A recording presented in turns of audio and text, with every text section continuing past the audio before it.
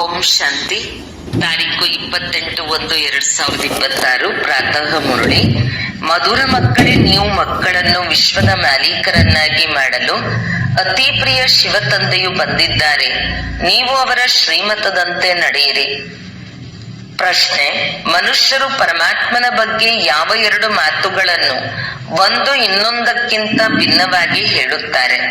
ಉತ್ತರ: ಒಂದು ಕಡೆ ಹೇಳುತ್ತಾರೆ ಪರಮಾತ್ಮನು ಅಖಂಡ ಜ್ಯೋತಿಯಾಗಿದ್ದಾರೆ, ಮತ್ತು ಇನ್ನೊಂದು ಕಡೆ ಹೇಳುತ್ತಾರೆ ಅವರು ನಾಮರೂಪದಿಂದ ಭಿನ್ನವಾಗಿದ್ದಾರೆ ಎಂದು. ಇವೆರಡೂ ಮಾತುಗಳು ಒಂದು ಇನ್ನೊಂದಕ್ಕಿಂತ ಭಿನ್ನವಾಗಿ ಬಿಡುತ್ತದೆ. ಯಥಾರ್ಥ ರೂಪದಿಂದ ತಿಳಿದುಕೊಳ್ಳದಿರುವ ಕಾರಣ ಪತೀತರಾಗುತ್ತಾ ಹೋಗುತ್ತಾರೆ. ಯಾವಾಗ ತಂದೆಯು ಬರುವರೋ ಆಗ ತಮ್ಮ ಸತ್ಯ ಪರಿಚಯ ಕೊಡುತ್ತಾರೆ. ಗೀತೆ: ಸತ್ತರೂ ನಿನ್ನ ಮಡಿಲಲ್ಲಿಯೇ. ಓಂ ಶಾಂತಿ. ಮಕ್ಕಳು, ಗೀತೆಯನ್ನು ಕೇಳಿದಿರಿ. ಯಾರಾದರೂ ಮರಣ ಹೊಂದಿದಾಗ ತಂದೆಯ ಬಳಿ ಜನ್ಮ ಪಡೆದುಕೊಳ್ಳುತ್ತಾರೆ. ತಂದೆಯ ಬಳಿ ಜನ್ಮ ಪಡೆದುಕೊಂಡರು ಎಂದು ಹೇಳುತ್ತಾರೆ. ತಂದೆಯ ಹೆಸರನ್ನು ತೆಗೆದುಕೊಳ್ಳುವುದಿಲ್ಲ. ತಂದೆಗೆ ಶುಭಾಶಯಗಳನ್ನು ಹೇಳುತ್ತಾರೆ. ಈಗ ನೀವು ಮಕ್ಕಳು ತಿಳಿದುಕೊಂಡಿದ್ದೀರಿ, ನಾವು ಆತ್ಮರಾಗಿದ್ದೇವೆ. ಅದಂತೂ ಶರೀರದ ಮಾತಾಯಿತು. ಒಂದು ಶರೀರವನ್ನು ಬಿಟ್ಟು ಮತ್ತೆ ಇನ್ನೊಬ್ಬ ತಂದೆಯ ಬಳಿ ಹೋಗುತ್ತಾರೆ. ನೀವು 84 ಜನ್ಮಗಳಲ್ಲಿ 84 ಮಂದಿ ಸಾಕಾರ ತಂದೆಯರನ್ನು ಮಾಡಿಕೊಂಡಿದ್ದೀರಿ. ವಾಸ್ತವದಲ್ಲಿ ನೀವು ನಿರಾಕಾರ ತಂದೆಯ ಮಕ್ಕಳಾಗಿದ್ದೀರಿ. ನೀವಾತ್ಮರು ಪರಮಪಿತ ಪರಮಾತ್ಮನ ಮಕ್ಕಳಾಗಿದ್ದೀರಿ. ಅಲ್ಲಿನ ನಿವಾಸಿಗಳಾಗಿದ್ದೀರಿ.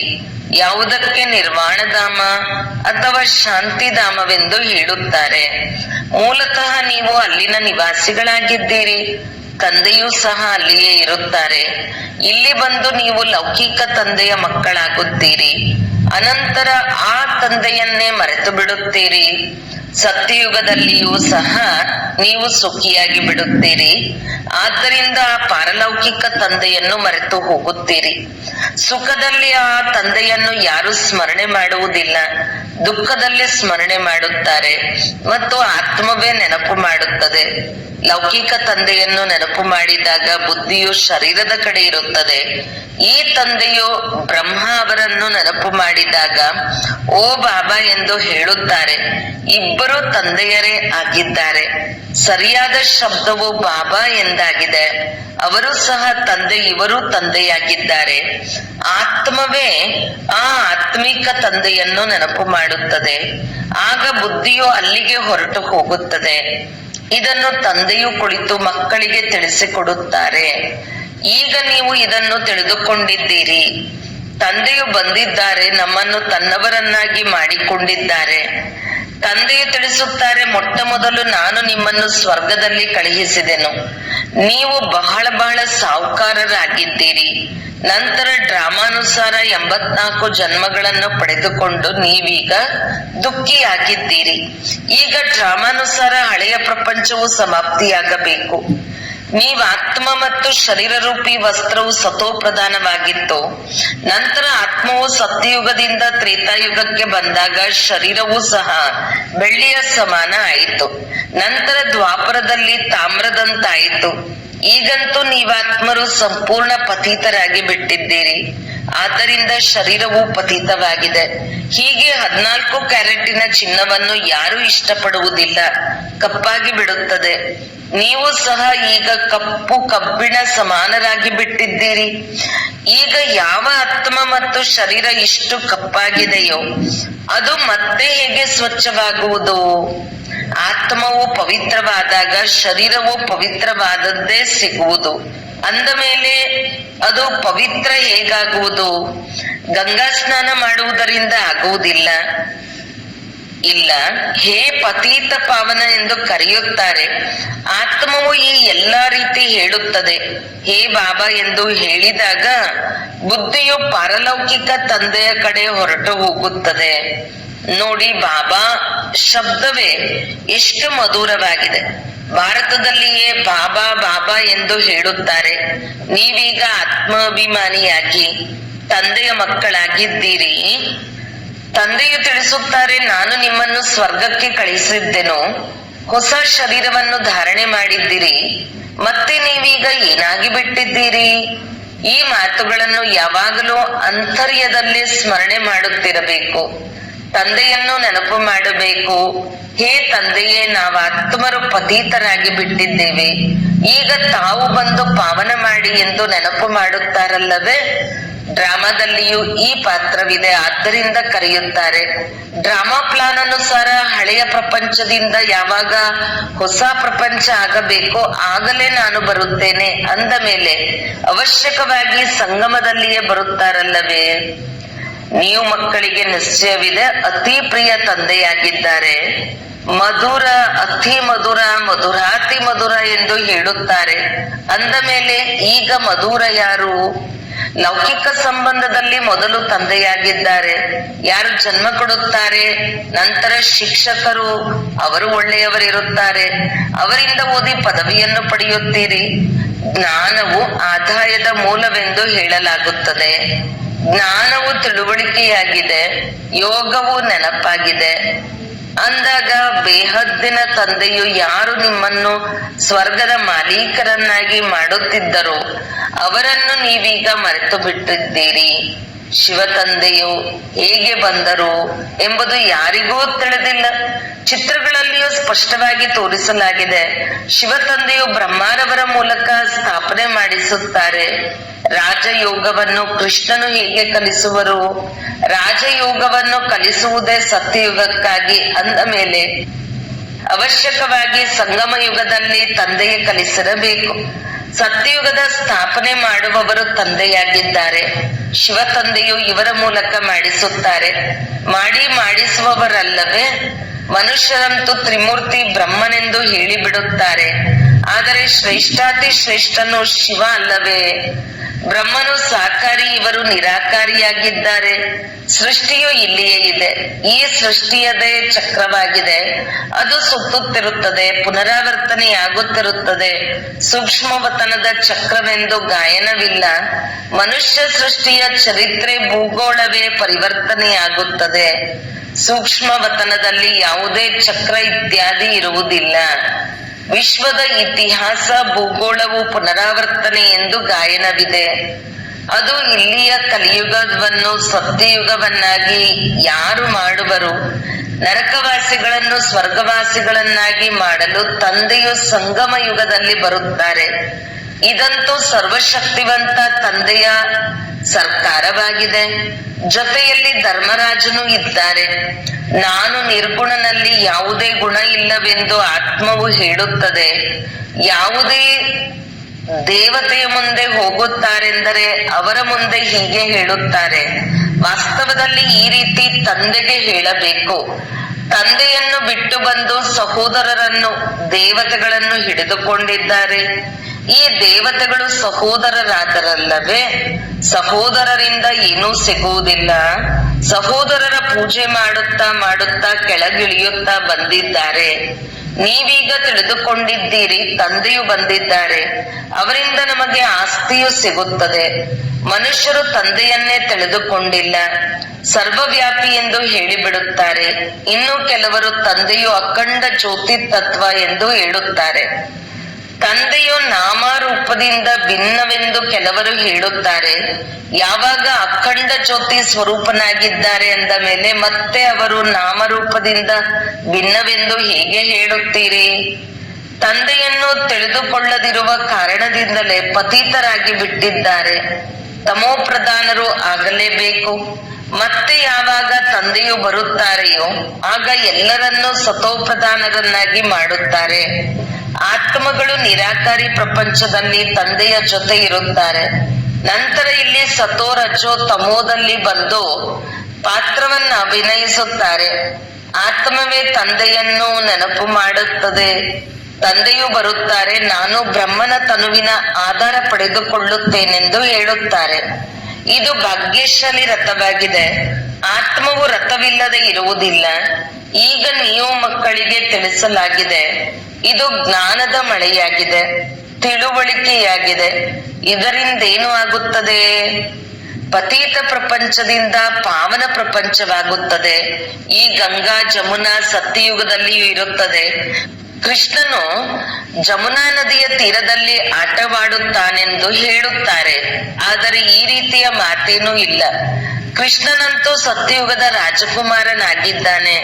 ಅವನನ್ನು ಬಹಳ ಚೆನ್ನಾಗಿ ಸಂಭಾಲನೆ ಮಾಡಲಾಗುತ್ತದೆ, ಏಕೆಂದರೆ ಹೂ ಅಲ್ಲವೇ? ಹೂ ಎಷ್ಟೊಂದು ಸುಂದರವಾಗಿರುತ್ತದೆ. ಎಲ್ಲರೂ ಹೂವಿನಿಂದ ಸುಗಂಧವನ್ನು ಪಡೆದುಕೊಳ್ಳುತ್ತಾರೆ, ಮುಳ್ಳುಗಳಿಂದ ಪಡೆದುಕೊಳ್ಳುವುದಿಲ್ಲ. ಈಗಂತೂ ಇದು ಮುಳ್ಳುಗಳ ಪ್ರಪಂಚವಾಗಿದೆ. ಮುಳ್ಳಿನ ಕಾಳನ್ನು ತಂದೆಯು ಬಂದು ಹೂದೋಟವನ್ನಾಗಿ ಮಾಡುತ್ತಾರೆ, ಆದ್ದರಿಂದ ಅವರಿಗೆ ಬಬುಲನಾಥನೆಂದು ಹೆಸರಿಟ್ಟಿದ್ದಾರೆ. ಮುಳ್ಳುಗಳನ್ನು ಹೂಗಳನ್ನಾಗಿ ಮಾಡುತ್ತಾರೆ, ಆದ್ದರಿಂದ ಮುಳ್ಳುಗಳನ್ನು ಹೂವನ್ನಾಗಿ ಮಾಡುವ ತಂದೆಯೆಂದು ಅವರನ್ನು ಮಹಿಮೆ ಮಾಡುತ್ತಾರೆ. ಈಗ ನೀವು ಮಕ್ಕಳಿಗೆ ತಂದೆಯ ಜೊತೆ ಎಷ್ಟೊಂದು ಪ್ರೀತಿ ಇರಬೇಕು. ಆ ಲೌಕಿಕ ತಂದೆಯಂತೂ ನಿಮ್ಮನ್ನು ಕೆಸರಿನಲ್ಲಿ ಹಾಕುತ್ತಾರೆ. ಈ ತಂದೆಯು 21 ಜನ್ಮಗಳಿಗಾಗಿ ನಿಮ್ಮನ್ನು ಕೆಸರಿನಿಂದ ಹೊರತೆಗೆದು ಪಾವನರನ್ನಾಗಿ ಮಾಡುತ್ತಾರೆ.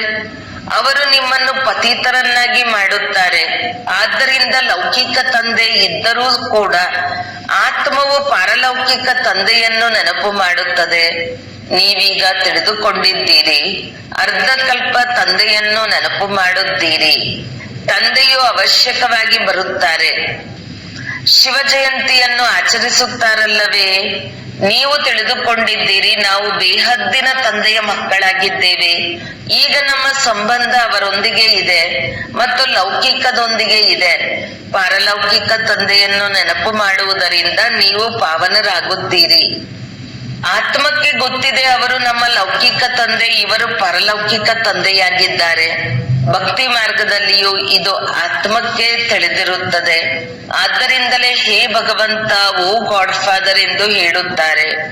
ಅವಿನಾಶಿ ತಂದೆಯನ್ನು ನೆನಪು ಮಾಡುತ್ತಾರೆ. ಆ ತಂದೆಯು ಬಂದು ಸ್ವರ್ಗ ಸ್ಥಾಪನೆ ಮಾಡುತ್ತಾರೆ. ಇದು ಯಾರಿಗೂ ತಿಳಿದಿಲ್ಲ. ಶಾಸ್ತ್ರಗಳಲ್ಲಿ ಯುಗಗಳಿಗೂ ಸಹ ಬಹಳ ಸುದೀರ್ಘವಾದ ಆಯಸ್ಸನ್ನು ಹೇಳಿಬಿಟ್ಟಿದ್ದಾರೆ. ತಂದೆಯು ಪತೀತರನ್ನು ಪಾವನ ಮಾಡಲು ಬರುತ್ತಾರೆಂದರೆ ಅವಶ್ಯಕವಾಗಿ ಸಂಗಮದಲ್ಲಿಯೇ ಬರುತ್ತಾರೆಂಬುದು ಯಾರ ಬುದ್ಧಿಯಲ್ಲಿಯೂ ಬರುವುದಿಲ್ಲ. ಕಲ್ಪದ ಆಯಸ್ಸನ್ನು ಲಕ್ಷಾಂತರ ವರ್ಷಗಳೆಂದು ಬರೆದು ಮನುಷ್ಯರನ್ನು ಪೂರ್ಣ ಘೋರ ಅಂಧಕಾರದಲ್ಲಿ ಹಾಕಿಬಿಟ್ಟಿದ್ದಾರೆ. ತಂದೆಯನ್ನು ಪಡೆಯುವುದಕ್ಕಾಗಿ ಅಲೆದಾಡುತ್ತಿರುತ್ತಾರೆ. ಯಾರು ಬಹಳ ಭಕ್ತಿ ಮಾಡುವರೋ ಅವರಿಗೆ ಭಗವಂತ ಸಿಗುವರೆಂದು ಹೇಳುತ್ತಾರೆ. ಎಲ್ಲರಿಗಿಂತ ಹೆಚ್ಚು ಭಕ್ತಿ ಮಾಡುವವರಿಗೆ ಅವಶ್ಯಕವಾಗಿ ಮೊದಲು ಸಿಗಬೇಕು. ತಂದೆಯು ಲೆಕ್ಕವನ್ನು ಸಹ ತಿಳಿಸಿದ್ದಾರೆ. ಆದ್ದರಿಂದ ಮೊದಲು ನೀವೇ ಭಕ್ತಿ ಮಾಡುತ್ತೀರಿ ಅಂದ ಮೇಲೆ ನಿಮಗೆ ಮೊಟ್ಟ ಮೊದಲು ಭಗವಂತನ ಮೂಲಕ ಜ್ಞಾನ ಸಿಗಬೇಕು. ಇದರಿಂದ ನೀವೇ ಹೊಸ ಪ್ರಪಂಚದಲ್ಲಿ ರಾಜ್ಯ ಮಾಡುವಿರಿ.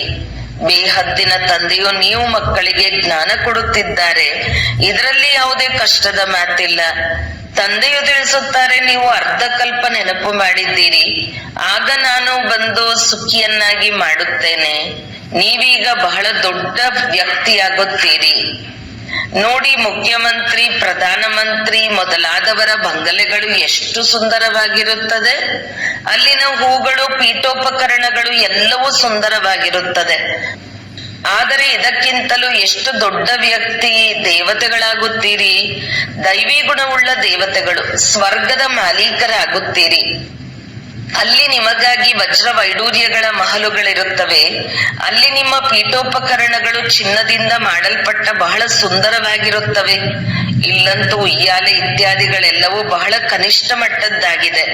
ಸತ್ಯಯುಗದಲ್ಲಿ ಎಲ್ಲವೂ ವಜ್ರ ವೈಡೂರ್ಯಗಳಿಂದ ಮಾಡಲ್ಪಟ್ಟ ವಸ್ತುಗಳಾಗಿರುತ್ತವೆ. ಇದು ರುದ್ರಜ್ಞಾನ ಯಜ್ಞವಾಗಿದೆ. ಶಿವನಿಗೆ ರುದ್ರನೆಂದು ಹೇಳುತ್ತಾರೆ.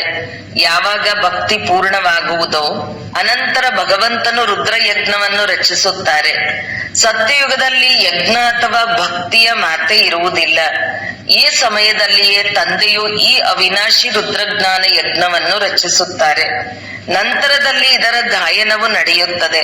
ಭಕ್ತಿಯಂತೂ ಸದಾ ನಡೆಯುವುದಿಲ್ಲ. ಭಕ್ತಿ ಮತ್ತು ಜ್ಞಾನ. ಭಕ್ತಿಯು ರಾತ್ರಿ, ಜ್ಞಾನವು ಹಗಲಾಗಿದೆ. ತಂದೆಯು ಬಂದು ಹಗಲನ್ನಾಗಿ ಮಾಡುತ್ತಾರೆ ಅಂದ ಮೇಲೆ ತಂದೆಯ ಜೊತೆ ಮಕ್ಕಳಿಗೆ ಎಷ್ಟೊಂದು ಪ್ರೀತಿ ಇರಬೇಕು. ತಂದೆಯು ನಮ್ಮನ್ನು ವಿಶ್ವದ ಮಾಲೀಕರನ್ನಾಗಿ ಮಾಡುತ್ತಾರೆ. ಅತಿ ಪ್ರಿಯ ತಂದೆಯಾಗಿದ್ದಾರೆ. ಅವರಿಗಿಂತ ಹೆಚ್ಚು ಪ್ರಿಯವಾದ ವಸ್ತು ಬೇರೆ ಯಾವುದೂ ಇಲ್ಲ. ಅರ್ಧ ಕಲ್ಪದಿಂದ ನೆನಪು ಮಾಡುತ್ತಾ ಬಂದಿದ್ದೀರಿ. ಬಾಬಾ ಬಂದು ನಮ್ಮ ದುಃಖವನ್ನು ದೂರ ಮಾಡಿ ಎಂದು ಕರೆದಿದ್ದರಿಂದ ಈಗ ತಂದೆಯು ಬಂದಿದ್ದಾರೆ. ತಿಳಿಸುತ್ತಾರೆ, ಮಕ್ಕಳೇ, ನೀವು ತಮ್ಮ ಗೃಹಸ್ಥ ವ್ಯವಹಾರದಲ್ಲಂತೂ ಇರಲೇಬೇಕು. ಇಲ್ಲಿ ತಂದೆಯ ಬಳಿ ಎಷ್ಟೊಂದು ಮಂದಿ ಬಂದು ಕುಳಿತುಕೊಳ್ಳುತ್ತೀರಿ. ತಂದೆಯ ಜೊತೆಯಲ್ಲಂತೂ ಪರಮಧಾಮದಲ್ಲಿಯೇ ಇರಲು ಸಾಧ್ಯ. ಇಲ್ಲಂತೂ ಇಷ್ಟೆಲ್ಲ ಮಕ್ಕಳು ಇರಲು ಸಾಧ್ಯವಿಲ್ಲ. ಶಿಕ್ಷಕರು ಹೇಗೆ ಪ್ರಶ್ನೆ ಕೇಳುತ್ತಾರೆ? ಧ್ವನಿವರ್ಧಕದಲ್ಲಿ ಎಲ್ಲರಿಗೆ ಹೇಗೆ ಪ್ರತ್ಯುತ್ತರ ಕೊಡಲು ಸಾಧ್ಯ? ಆದ್ದರಿಂದ ಕೆಲವರೇ ವಿದ್ಯಾರ್ಥಿಗಳನ್ನು ಕೂರಿಸಿಕೊಂಡು ಓದಿಸುತ್ತಾರೆ. ಕಾಲೇಜುಗಳಂತೂ ಬಹಳಷ್ಟಿರುತ್ತವೆ. ಮತ್ತೆ ಎಲ್ಲರ ಪರೀಕ್ಷೆಗಳಾಗುತ್ತವೆ. ಪಟ್ಟಿ ಮಾಡುತ್ತಾರೆ. ಇಲ್ಲಂತೂ ಒಬ್ಬ ತಂದೆಯೇ ಓದಿಸುತ್ತಾರೆ. ಇದನ್ನು ಸಹ ತಿಳಿಸಬೇಕು. ದುಃಖದಲ್ಲಿ ಎಲ್ಲರೂ ಆ ಪರಲೌಕಿಕ ತಂದೆಯನ್ನು ನೆನಪು ಮಾಡುತ್ತಾರೆ. ಈಗ ಆ ತಂದೆಯು ಬಂದಿದ್ದಾರೆ. ಮಹಾಭಾರತ ಯುದ್ಧವು ಸಮ್ಮುಖದಲ್ಲಿ ನಿಂತಿದೆ. ಮಹಾಭಾರತ ಯುದ್ಧದಲ್ಲಿ ಕೃಷ್ಣನು ಬಂದನೆಂದು ಅವರು ತಿಳಿಯುತ್ತಾರೆ. ಇದಂತೂ ಸಾಧ್ಯವಿಲ್ಲ. ಪಾಪ ಮನುಷ್ಯರು ತಬ್ಬಿಬ್ಬಾಗಿದ್ದಾರೆ. ಆದರೂ ಸಹ ಕೃಷ್ಣ ಕೃಷ್ಣ ಎಂದು ನೆನಪು ಮಾಡುತ್ತಿರುತ್ತಾರೆ. ಈಗ ಅತಿ ಪ್ರಿಯನು ಶಿವನೂ ಆಗಿದ್ದಾರೆ ಮತ್ತು ಕೃಷ್ಣನೂ ಆಗಿದ್ದಾರೆ. ಆದರೆ ಅವರು ನಿರಾಕಾರ, ಕೃಷ್ಣನು ಸಾಕಾರಿಯಾಗಿದ್ದಾನೆ. ನಿರಾಕಾರ ತಂದೆಯು ಎಲ್ಲ ಆತ್ಮಗಳ ತಂದೆಯಾಗಿದ್ದಾರೆ. ವಾಸ್ತವದಲ್ಲಿ ಇಬ್ಬರು ಅತಿ ಪ್ರಿಯರಾಗಿದ್ದಾರೆ. ಕೃಷ್ಣನು ಸಹ ವಿಶ್ವದ ಮಾಲೀಕನಲ್ಲವೇ? ನೀವೀಗ ನಿರ್ಣಯ ಮಾಡಿ, ಹೆಚ್ಚು ಪ್ರಿಯರು ಯಾರು?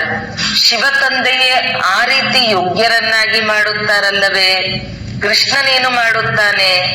ತಂದೆಯೇ ಅವರನ್ನು ಈ ರೀತಿ ಮಾಡುತ್ತಾರೆ ಅಂದ ಮೇಲೆ ಹೆಚ್ಚು ಗಾಯನವೂ ಸಹ ಆ ತಂದೆಗೆ ಇರಬೇಕು. ಶಂಕರನ ನೃತ್ಯವನ್ನು ತೋರಿಸುತ್ತಾರೆ. ವಾಸ್ತವದಲ್ಲಿ ನೃತ್ಯ ಮೊದಲಾದ ಮಾತಿಲ್ಲ. ತಂದೆಯು ತಿಳಿಸಿದ್ದಾರೆ, ನೀವೆಲ್ಲರೂ ಪಾರ್ವತಿಯರಾಗಿದ್ದೀರಿ. ಈ ಅಮರನಾಥ ಶಿವನು ನಿಮಗೆ ಕಥೆಯನ್ನು ತಿಳಿಸುತ್ತಿದ್ದಾರೆ. ಅದು ನಿರ್ವಿಕಾರಿ ಪ್ರಪಂಚವಾಗಿದೆ. ವಿಕಾರದ ಮಾತಿಲ್ಲ. ತಂದೆಯು ವಿಕಾರಿ ಪ್ರಪಂಚವನ್ನು ರಚಿಸುವರೇ? ವಿಕಾರದಲ್ಲಿಯೇ ದುಃಖವಿದೆ. ಮನುಷ್ಯರು ಹಠಯೋಗ ಇತ್ಯಾದಿಗಳನ್ನು ಬಹಳಷ್ಟು ಕಲಿಯುತ್ತಾರೆ. ಗುಹೆಗಳಲ್ಲಿ ಹೋಗಿ ಕುಳಿತುಕೊಳ್ಳುತ್ತಾರೆ. ಬೆಂಕಿಯಲ್ಲಿಯೂ ನಡೆದು ಹೋಗುತ್ತಾರೆ. ರಿದ್ದೆ ಸಿದ್ಧಿಯೂ ಬಹಳಷ್ಟಿದೆ. ಜಾದುಗಾರಿಯಿಂದ ಬಹಳಷ್ಟು ವಸ್ತುಗಳು ಹೊರತೆಗೆಯುತ್ತಾರೆ. ವಾಸ್ತವದಲ್ಲಿ ಭಗವಂತನನ್ನು ಸಹ ಜಾದೂಗಾರ, ರತ್ನಾಗಾರ, ಸೌದಾಗಾರನೆಂದು ಹೇಳುತ್ತಾರೆ. ಅಂದ ಮೇಲೆ ಅವಶ್ಯಕವಾಗಿ ಚೈತನ್ಯವಾಗಿದ್ದಾರಲ್ಲವೇ? ನಾನು ಬರುತ್ತೇನೆಂದು ತಂದೆಯು ಹೇಳುತ್ತಾರೆ. ಅಂದ ಮೇಲೆ ಜಾದೂಗಾರ ಅಲ್ಲವೇ? ಮನುಷ್ಯನನ್ನು ದೇವತೆ, ಭಿಕಾರಿಯಿಂದ ರಾಜಕುಮಾರನನ್ನಾಗಿ ಮಾಡುತ್ತಾರೆ. ಇಂತಹ ಜಾದುವನ್ನು ಎಂದಾದರೂ ನೋಡಿದ್ದೀರಾ? ಒಳ್ಳೆಯದು. ಮಧುರಾತಿ ಮಧುರ. ಅಗಲಿ ಹೋಗಿ ಮರಳಿ ಸಿಕ್ಕಿರುವ ಮಕ್ಕಳ ಪ್ರತಿ ಮಾತಾ ಪಿತಾ ಬಾಪ್ದಾದರವರ ನೆನಪು, ಪ್ರೀತಿ ಹಾಗೂ ಸುಪ್ರಭಾತ. ಆತ್ಮೀಯ ಮಕ್ಕಳಿಗೆ ಆತ್ಮೀಯ ತಂದೆಯ ನಮಸ್ತೆ. ಧಾರಣೆಗಾಗಿ ಮುಖ್ಯ ಸಾರ 1. ಹೂದೋಟದಲ್ಲಿ ಹೋಗಬೇಕು. ಆದ್ದರಿಂದ ಸುಗಂಧ ಭರಿತ ಹೂಗಳಾಗಬೇಕು. ಯಾರಿಗೂ ದುಃಖವನ್ನು ಕೊಡಬಾರದು. ಒಬ್ಬ ಪಾರಲೌಕಿಕ ತಂದೆಯೊಂದಿಗೆ ಸರ್ವ ಸಂಬಂಧಗಳನ್ನು ಜೋಡಿಸಬೇಕು. 2. ಶಿವ ತಂದೆಯು ಪ್ರಿಯಾತಿ ಪ್ರಿಯನಾಗಿದ್ದಾರೆ. ಅವರೊಬ್ಬರನ್ನೇ ಪ್ರೀತಿ ಮಾಡಬೇಕು. ಸುಖದಾತ ತಂದೆಯನ್ನು ನೆನಪು ಮಾಡಬೇಕು. ವರದಾನ: ಯಾರಲ್ಲಿಯೂ ಕೊರತೆ, ಬಲಹೀನತೆಗಳನ್ನು ನೋಡದೆಯೇ ತಮ್ಮ ಗುಣ ಅಥವಾ ಶಕ್ತಿಗಳ ಸಹಯೋಗವನ್ನು ಕೊಡುವಂತಹ ಮಾಸ್ಟರ್ ದಾತ ಭವ. ಸರ್ವ ಆತ್ಮರು ತಮ್ಮ ಸಮಾನ ಆಸ್ತಿಯ ಅಧಿಕಾರಿಯಾಗಿ ಬಿಡಲಿ. ಹೀಗೆ ಯಾರು ಸದಾ ಇದೇ ಆತ್ಮಿಕ ಭಾವನೆಯಲ್ಲಿ ಇರುತ್ತಾರೆಯೋ ಅವರೇ ಮಾಸ್ಟರ್ ದಾತ ಆಗಿದ್ದಾರೆ. ಅಂತಹವರು ಯಾರಲ್ಲಿಯೂ ಕೊರತೆ, ಬಲಹೀನತೆಗಳನ್ನು ನೋಡದೆ ಸ್ವಯಂ ಧಾರಣೆ ಮಾಡಿಕೊಂಡಿರುವ ಗುಣಗಳ, ಶಕ್ತಿಗಳ ಸಹಯೋಗವನ್ನು ಕೊಡುತ್ತಾರೆ. ಇವರಿರುವುದೇ ಹೀಗೆ ಎಂಬ ಭಾವನೆಯ ಬದಲು ಇವರನ್ನು ನಾನು ತಂದೆಯ ಸಮಾನ ಮಾಡೋಣವೆಂಬ ಶುಭ ಭಾವನೆ ಇರಲಿ. ಜೊತೆಗೆ ಈ ಶ್ರೇಷ್ಠ ಕಾಮನೆಯೇ ಇರಲಿ. ಈ ಎಲ್ಲ ಆತ್ಮರು ಬಡವ, ದುಃಖಿ, ಅಶಾಂತತೆಯಿಂದ ಸದಾ ಶಾಂತ ಸುಖ ರೂಪದವರಾಗಿ ಸಂಪನ್ನರಾಗಿ ಬಿಡಲಿ. ಹೀಗಿದ್ದಾಗಲೇ ಮಾಸ್ಟರ್ ದಾತ ಎಂದು ಹೇಳಲಾಗುತ್ತದೆ. ಸ್ಲೋಗನ್: ಮನಸ ವಾಚ ಕರ್ಮಣ ಸೇವೆಯನ್ನು ಮಾಡುವವರೇ ನಿರಂತರ ಸೇವಾದಾರಿ ಆಗಿದ್ದಾರೆ. ಅವರ ಪ್ರತಿ ಶ್ವಾಸದಲ್ಲಿ ಸೇವೆಯು ಸಮಾವೇಶವಾಗಿರುತ್ತದೆ. ಅವ್ಯಕ್ತ ಸೂಚನೆ: ಈ ಅವ್ಯಕ್ತ ಮಾಸದಲ್ಲಿ ಬಂಧನ ಮುಕ್ತರಾಗಿ ಜೀವನ್ಮುಕ್ತ ಸ್ಥಿತಿಯ ಅನುಭವ ಮಾಡಿರಿ. ಮೊದಲು ನಿಮ್ಮ ದೇಹದಿಂದ, ದೇಹದ ಸಂಬಂಧಗಳಿಂದ, ಹಳೆಯ ಜಗತ್ತಿನ ಸ್ಮೃತಿಯಿಂದ ಮುಕ್ತರಾಗಿರಿ. ಈ ಮುಕ್ತಿಯ ಸ್ಥಿತಿಯನ್ನು ಅನುಭವಿಸಿದಾಗ ಸ್ವತಃ ಜೀವನ್ಮುಕ್ತಿಯ ಅನುಭವ ದೊರೆಯುತ್ತದೆ. ಆದ್ದರಿಂದ ಪರಿಶೀಲನೆ ಮಾಡಿರಿ. ಜೀವನದಲ್ಲಿ ಇದ್ದರೂ ಸಹ ದೇಹ, ಸಂಬಂಧ ಮತ್ತು ಹಳೆಯ ಪ್ರಪಂಚದ ಆಕರ್ಷಣೆಯಿಂದ ಎಷ್ಟರ ಮಟ್ಟಿಗೆ ಮುಕ್ತರಾಗಿದ್ದೀರಿ? ಓಂ ಶಾಂತಿ.